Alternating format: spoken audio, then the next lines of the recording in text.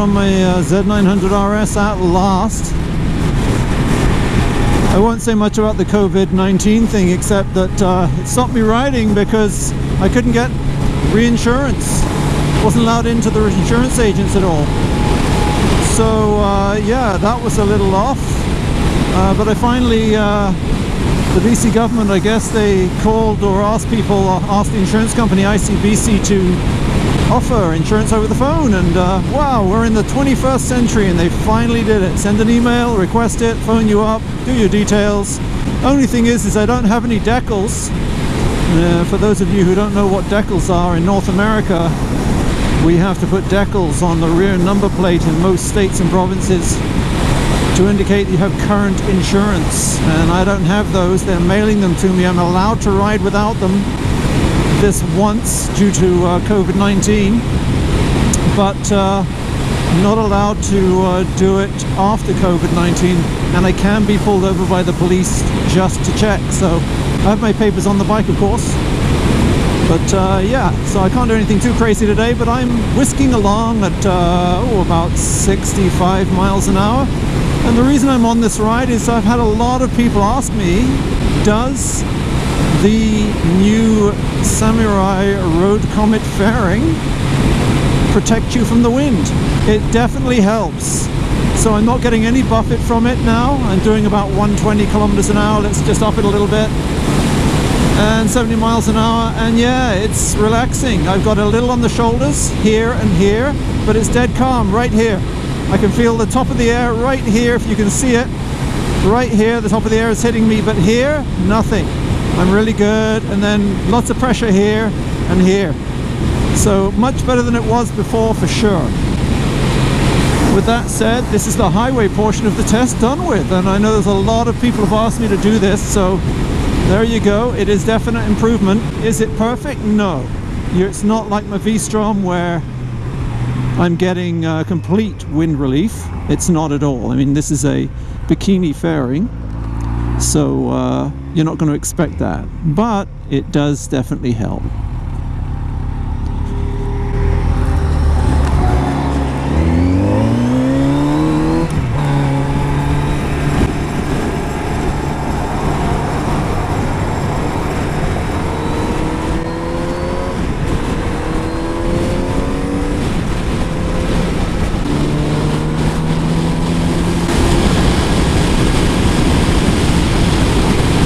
That's 140, and I can feel a lot of pressure around my neck now, up here.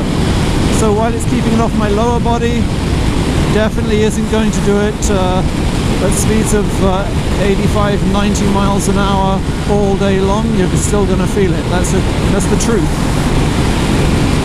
Back down to 120 here, which is what, 70 miles an hour? 100 is 62, so this is probably 75. This is doable.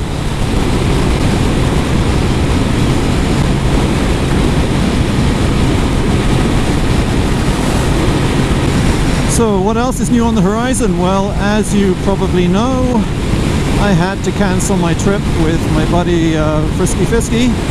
We were off down to Utah, Nevada and Arizona to do a circuit of the Grand Canyon, go and see a whole bunch of different sites down there.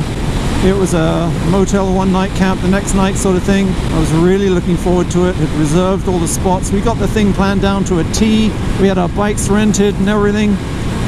And of course had to make the sensible decision given the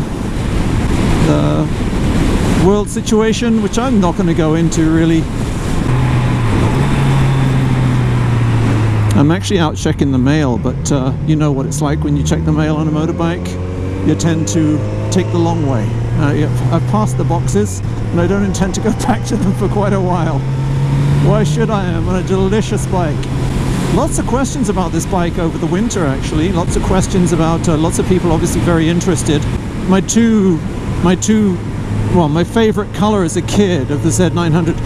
Well, let me back up. Someone asked me, why did you choose the Z900RS over the XSR 900 by Yamaha? And I've done a video on that.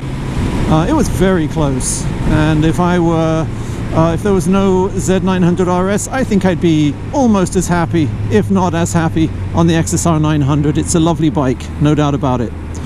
But the reason I plumped for this, and I didn't put this in the response to him actually, so if you're listening, buddy, one of the other reasons was I was always going to buy myself an old Z900 and do it up.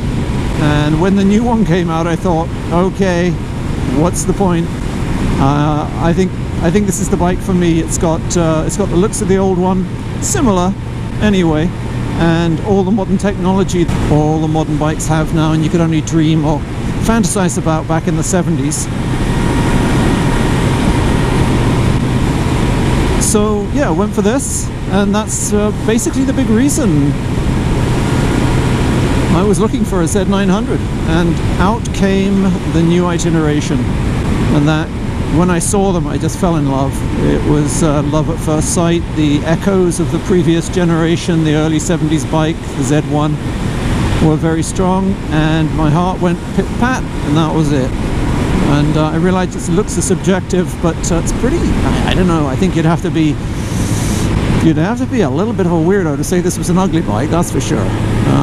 In my opinion, it's just, it doesn't matter if it's a motorcycle, a car, an airplane, a cruise liner, a piece of art. Some things are universal, and when you look at them, they've got that gorgeous, curvaceous look. Look at this. You know, there are some advantages to this COVID-19. Let's be positive. I have not seen too many cars today. This is beautiful.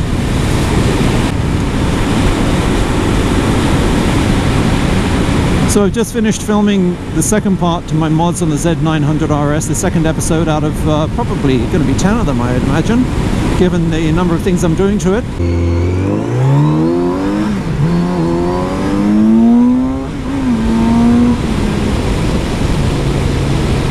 This mod is fantastic too, and it's a cosmetic one, just like the Samurai.com Road Comet fairing is. Although this has a practical as well, because it is definitely working, deflecting some of that air from me. So yeah, it's a practical one. I'm enjoying, and I'm enjoying the second part. I enjoyed filming it. I did not enjoy installing it, and you'll have to watch the video for why. And I suspect when you see the title, you'll understand. I'm very happy with the results, but I wasn't so happy with the process, let's put it that way. Okay, so now we're halfway to go get the mail, which is actually only 3 clicks away from my house, but I've come the long way round.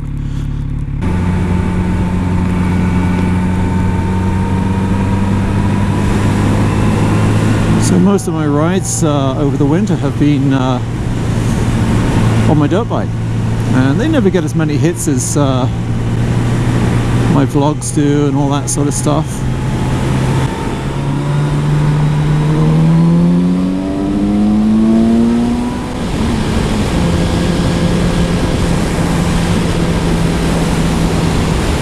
Which is a pity, because I think they're good, but unfortunately they don't.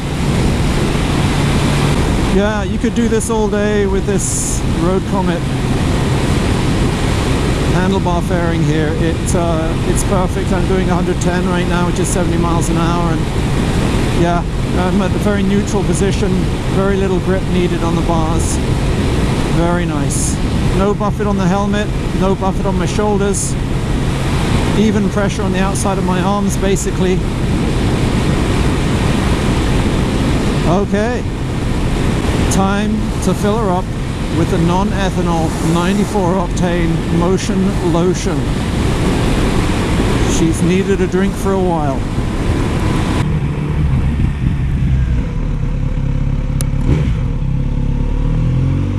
Wow, it's like a zombie apocalypse around here, isn't it? There's absolutely no one. Oh, tell a lie.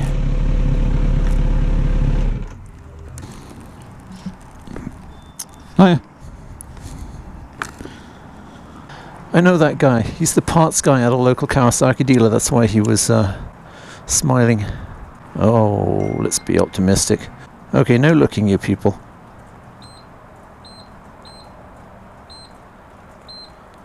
Oh, still got the heat coming on the heater jacket. That's so nice.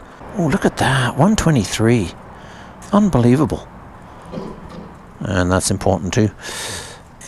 Wow, it's good and cheap. Drink up, girl. Drink up, Stella. Yeah, bound to my bike with this umbilicus here. Not that I mind being bound to her. I don't know who birthed who, but let's not get into it. Got as much in as I could.